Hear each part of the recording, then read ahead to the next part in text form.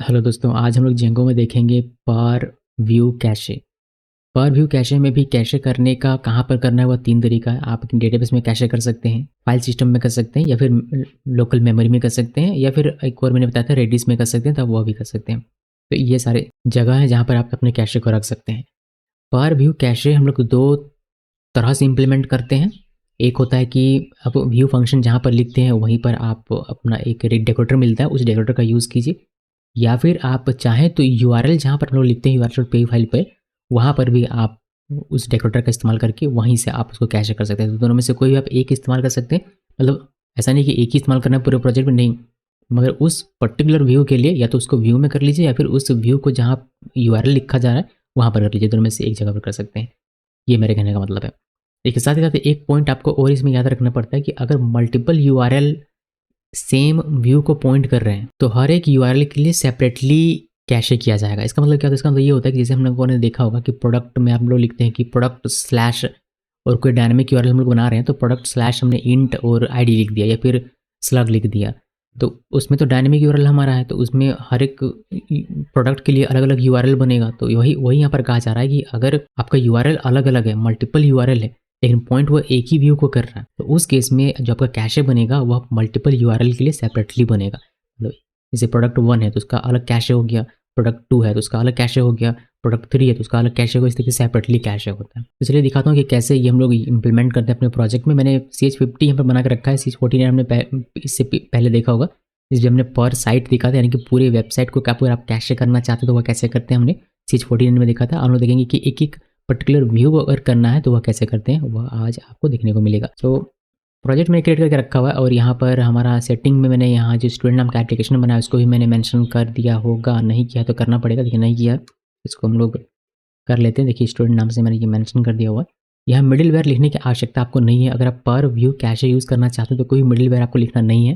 लेकिन हाँ, डेटाबेस में अगर आप करना चाहते हो आपको यहाँ पर कैशेज जो डिफ़ॉल्ट होते हैं वो आपको यहाँ पर मेंशन करने पड़ेगी, जिसमें हम लोग आएंगे अभी थोड़ी देर में। तो अभी के लिए कोई मिडिलवेयर लिखने की आपका आवश्यकता इसमें नहीं है, ये जरूर से ध्यान में रखिएगा जब आप यूज़ करते हैं पर व्यू कैशे। तब इसमें बस डेकोरेटर हमें यूज़ करना पड़ता है और कुछ भी नहीं। तो यहाँ पर आकर करेंगे अभी कि कैशे हमें कहाँ रखना, डेटाबेस में कहाँ पर, डेटाबेस में या फाइल सिस्टम में या फिर लोकल मेमोरी, उसको तो करेंगे।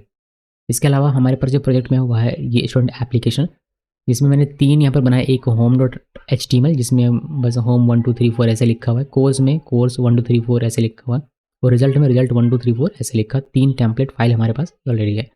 इसके लिए हमने व्यू भी 3 बनाया होगा, होम, कोर्स, रिजल्ट। और इसका यूआरएल भी हमने बनाया हुआ है, होम का नहीं बनाया है। होम का मैं बना लेता हूँ यहाँ पर। सो मैं यहाँ से होम को पहले करता हूँ इंपोर्ट, देन यहाँ पर होम लिख दिया। ओके, सो होम के लिए बन गया। फिर होम की जगह पर मैं ब्लैंक कर देता हूँ। ये ब्लैंक है मतलब क्या, इसको इस यूआरएल को हमने मेंशन किया यहाँ पर, अगर आपने देखा तो यहाँ पर तो स्लैश स्टूडेंट ब्लैंक पे जाएंगे तो आपको ये रन होकर मिलेगा, यानी कि होम मिलेगा। और स्लैश स्टूडेंट स्लैश कोर्स पर ये मिलेगा, स्लैश स्टूडेंट स्लैश रिजल्ट पे आपको ये मिलेगा। ठीक है, ये तो बेसिक है, आपको पता होगा। तो ये कुछ इस तरीके से काम करने वाला मैं आपको रन करके दिखा देता हूँ पहले ये सारी चीज़ें, जिससे आपका कॉन्सेप्ट क्लियर हो जाए। हम लोग पाइथन manage.py और रन सर्वर करते हैं।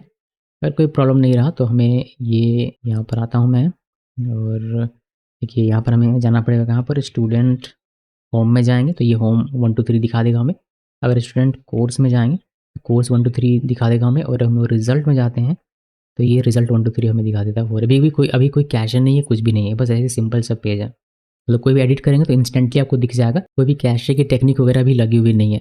तो सबसे पहले दोस्तों डिसाइड करते हैं कि कौन सा कैशे मतलब कहाँ पर रखना है आपको। ये डेटाबेस में रखना है, डेटाबेस कैशिंग करना चाहते हैं।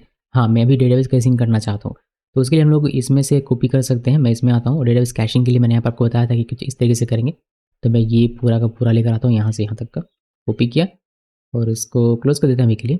उसको तो यूज़ करेंगे एक बार और हम लोग कॉपी वेस्ट करेंगे, बट फिलहाल के लिए हमने एक्चुअली मैं क्या करता हूँ, मैं नहीं पहले इसको देख लीजिए। सो डेटाबेस कैशिंग कर रहे हैं हमने, यहाँ पर कैशे मिडिलवेयर सेकंड्स में लिख दिया हुआ है कि कितने सेकंड के लिए ये हमारा वैलिड होगा, वो हमने लिख दिया हुआ है। ये यहाँ नहीं भी लिखेंगे तो डेकोरेटर में आपको लिखने का मौका मिलेगा, आप चाहें तो वहाँ से लिख सकते हैं।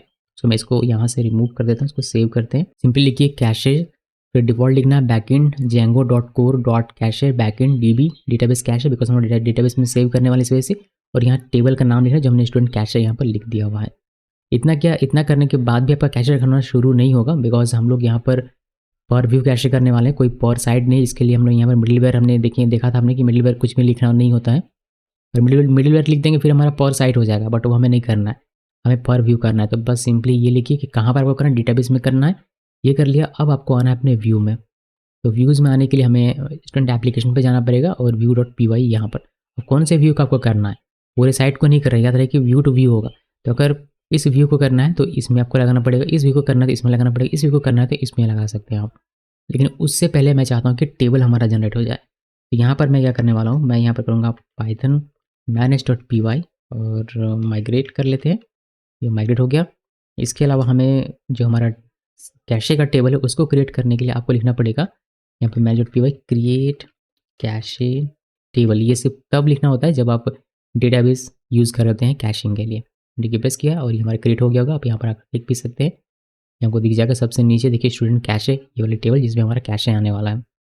ओके, इसको करते हैं नीचे और इसको कर देता हूँ मैं रन।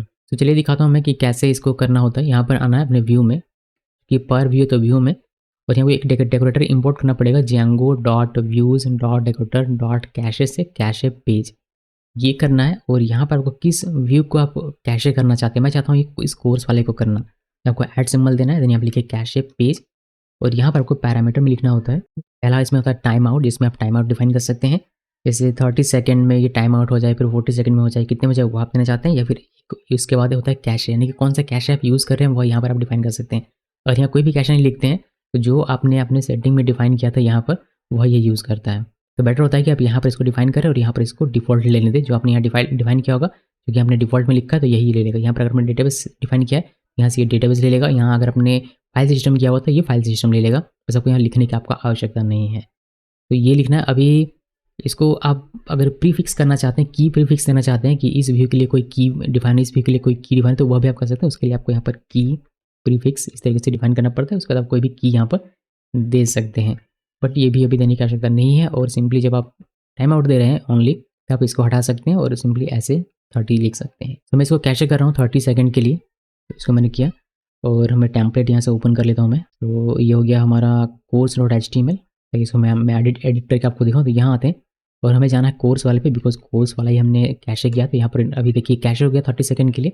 अगर आप इसको यहाँ से हटाते हैं, तो इसको कट किया, सेव किया और यहाँ पर अगर रिफ्रेश करेंगे तो ये आपको पुराना डेटा ही दिखेगा 30 सेकंड के लिए। जब ये 30 सेकंड हो जाएगा और आपका कैशे जब एक्सपायर हो जाएगा, उसके बाद आपको नया साइट जनरेट होकर, नया वेब पेज जनरेट होकर और नया डेटा आपको दिखने को मिलेगा।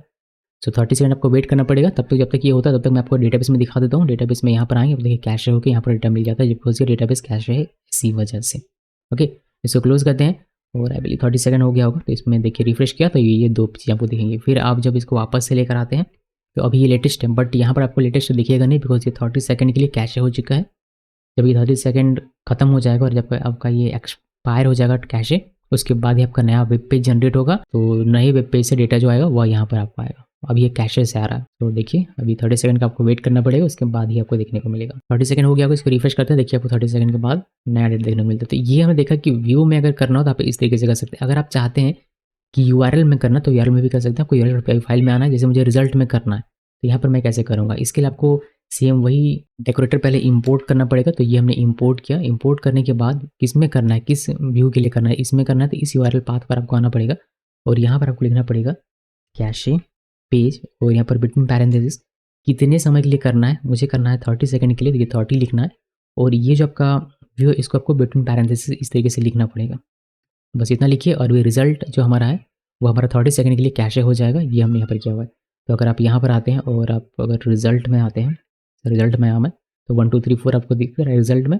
और यहाँ पर आइए 30 सेकंड चूँकि कैशे हो चुका है तो यहाँ से अगर मैं डेटा हटा भी दूँ तो 30 सेकंड तक आपको पुराना डेटा ही दिखाई देगा। देखिए 30 सेकंड तक आपको पुराना डेटा दिखेगा। 30 सेकंड जब एक्सपायर हो जाएगा हमारा कैशे, उसके बाद आपको यहाँ पर नया डेटा देखने को मिलेगा। और ये सब हमारा कहाँ पर हो रहा है, ये सब हो रहा है हमारा डेटाबेस कैशिंग में। तो डेटाबेस में कैशिंग में आपको आएगा। एक कोर्स के लिए हमारा था, अभी हमारे एक रिजल्ट के लिए यहाँ पर सेव हुआ है। तो अलग अलग व्यू के लिए भी हो रहा है, ये भी हम लोग यहाँ पर देख पा रहे हैं। सो रिफ्रेश करते हैं। 30 सेकंड अब तक हुआ नहीं, देखिए 30 सेकंड हो गया और आपको ये नया डेटा देखने को मिल रहा है। सो वापस से अगर आप इसको लेकर आते हैं रिजल्ट में, तो ये लेटेस्ट डेटा है बट यहाँ नहीं दिखेगा, बिकॉज ये 30 सेकंड तक कैश वाला डेटा आपको दिखाएगा। जब एक्सपायर होगा नया जनरेट होगा फिर आपको नया डेटा देखने को मिलेगा। सो अगर आप URL पर करना चाहते हैं तो आपको ये फॉर्मूला लगाना, मतलब ये तरीका है URL पर करने का। अब एक और चीज़ में आपको जो देखना चाहिए वह है कि मैंने आपको कहा था कि मल्टीपल यूआरएल पर ये मल्टीपल कैशिंग करता है। तो अगर ये जैसे कि एक ये यूआरएल हो गया, होम के लिए हमने ये लिखा हुआ है। मतलब अगर मैं यहाँ पर जाता हूँ, मैं रिज़ल्ट को यहाँ से हटा दूँ और स्टूडेंट पे रहता है तो ये होम ये ऐसे दिखता है। हम लोग इसका एक और यूआरएल भी बना सकते हैं, जैसे मैं इसमें बना सकता हूँ होम स्लैश, तो ये इसमें भी यही सेम व्यू चलेगा। आप चाहें तो एक और बना सकते हैं इंडेक्स स्लैश, जिस पे ये होम चलेगा। तो होम व्यू चल रहा है 3 यूआरएल पर। व्यू हमारा सेम है बट इसके 3 यूआरएल हैं। एक तो एम्प्टी पे जाएगा रूट पे, दूसरा होम स्लैश पे और तीसरा इंडेक्स स्लैश पे।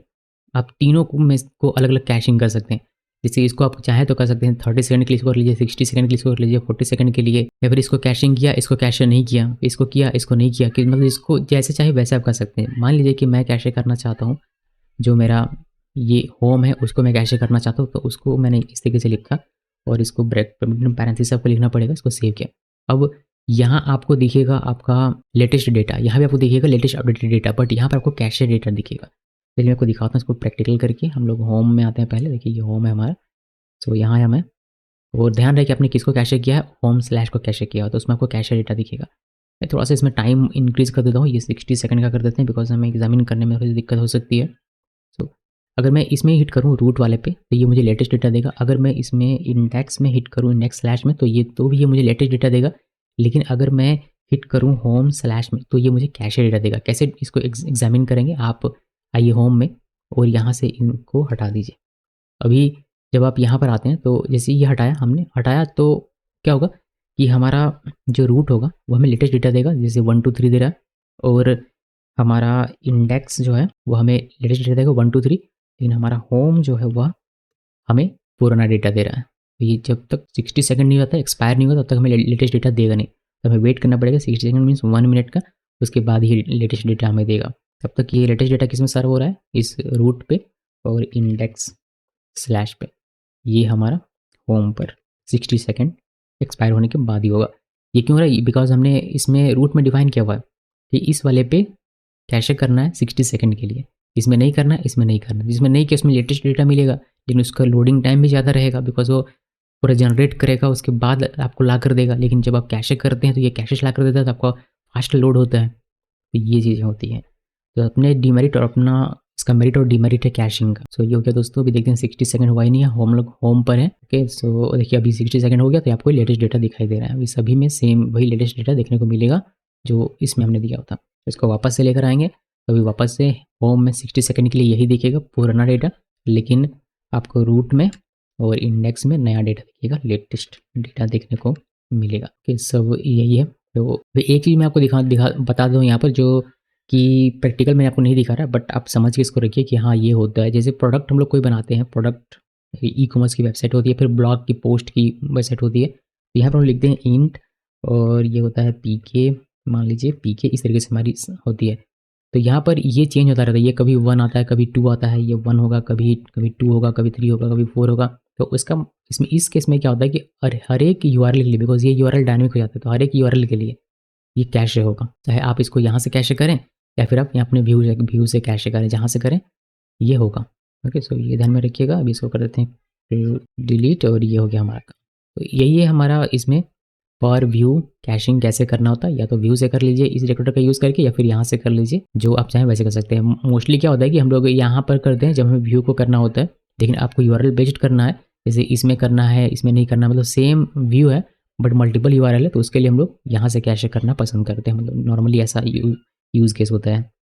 बाकी आप डिसाइड कर सकते हैं आपको कहाँ से करने का है। तो ये जो कैशिंग का तरीका है कि आप यहाँ से व्यू से करें या फिर आप यहाँ पर यूआरएल में आकर करें, ये सभी के लिए काम करेगा। सभी के लिए मीन्स किसके लिए मैं कह रहा हूँ कि डेटाबेस में आप कैसे कर रहे हो, या फिर फाइल बेस्ड में, फाइल सिस्टम में कर रहे हो, या फिर लोकल के मेमोरी में कर रहे हो, या फिर रेडिस में कर रहा हूँ, ये तरीका सेम है। बस डेकोरेटर यहाँ लिखिए या फिर आप यहाँ पर लिखिए, और बाकी सारी चीज़ें बताइए वो सब कुछ सेम है। अब बस हमें क्या करना है, हमें बस डेटाबेस में सेव करने के बजाय इसको फाइल बेस्ड में करना है, और उसी तरीके से लोकल मेमोरी में करके आपको दिखाना है।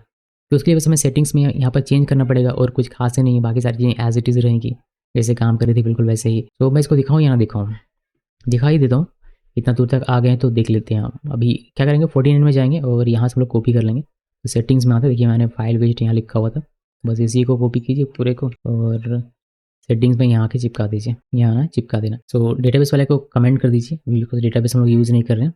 मैं फाइल बेस्ड यूज़ करना है तो यहाँ फाइल बेस्ड वाले को यहाँ आना है और इसको आप कीजिए सेव। जैसे सेव करेंगे हम लोग यहाँ पर देखेंगे कि हमें एक स्टूडेंट कैशे करके एक फ़ोल्डर मिल जाएगा, बिकॉज़ हमने यहाँ पर फ़ोल्डर का नाम लिखा हुआ है ये वाला कि इसमें हो। तो इसको मैंने बताया था कि आप इसको इस तरीके से भी आपको लिखना पड़ सकता है, अगर लिनक्स है तो आपको इस तरीके से भी लिखना पड़ सकता है, ये मैंने डिस्कस ऑलरेडी किया हुआ था। अब जब कैशे हमारा होगा तो इसी के अंदर आएगा बजाय डेटाबेस में जाने के, बिकॉज़ डेटाबेस हमने कमेंट कर दिया हुआ है। बाकी इधर का कोड सेम रहेगा एज़ इट इज़। मैं आपको कोर्स वाले पे रन करके दिखाऊंगा। जैसे हम लोग कोर्स वाले पे रन करेंगे वैसे ही हमें एक कैशे यहाँ पर इस फोल्डर के अंदर में दिख जाएगा। तो आइए यहाँ पर और सिंपली यहाँ पर कोर्स लिख के एंटर की प्रेस करते हैं 1 2 3 4। ये कैशे हो चुका है, आपको फाइल दिख जाएगा। अगर आप चाहें तो इसको एग्जामिन करके देख सकते हैं। इसको हटाइए, 30 सेकंड के लिए कैशे हुआ है तो 30 सेकंड तक आपको ये पुराना डेटा दिखाएगा। देखिए दिख रहा है, और जैसे 30 सेकंड कंप्लीट होगा वैसे आपको नया डेटा दिखा देगा। तो ये है फाइल बेस्ड, अगर आपको कैशिंग करना है तो ये आपको लिखना पड़ेगा, बाकी का कोड सेम होता है। अब इसको कर देते हैं कमेंट।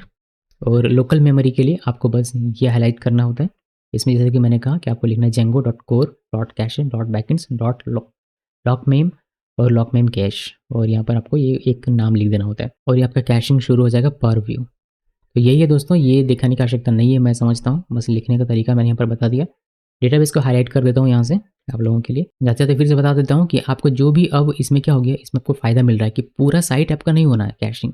आपको जो लगता है कि हाँ ये वाला व्यू जो है भाई ज़्यादा जल्दी चेंज नहीं होगा और काफ़ी टाइम टेकिंग व्यू है ये, तो उस व्यू को आप कैशे कर सकते हैं। क्योंकि ऐसा मतलब नहीं बनता कि 30 सेकंड के लिए किसी चीज़ को कैशे किया जाए, फिर मतलब नहीं बनता। कैशिंग ऐसे व्यू को, ऐसे कोड को करना चाहिए जो कि जल्दी चेंज नहीं होता हो और जो कि टाइम टेकिंग होता है, तभी आप कैशिंग का सही फ़ायदा उठा पाएंगे। वरना सिर्फ कोड ये इंक्रीज करेगा और यूज़र को पुराना डेटा दिखाएगा। सो वाइजली यूज़ करना है कैशिंग टेक्निक को इन जेंगो। तो दोस्तों इसमें इतना ही है। इसमें हमने देखा कि आप पर व्यू कैसे कैशिंग कर सकते हैं। एक कोर हमें कॉन्सेप्ट देखना है कि टेम्पलेट फ्रेगमेंट यानी कि टेम्पलेट में जाकर कैसे कैशिंग करते हैं, वो आपको दिखाऊंगा लेकिन नेक्स्ट वीडियो में। इस वीडियो को देखने के लिए आप सबका बहुत बहुत धन्यवाद।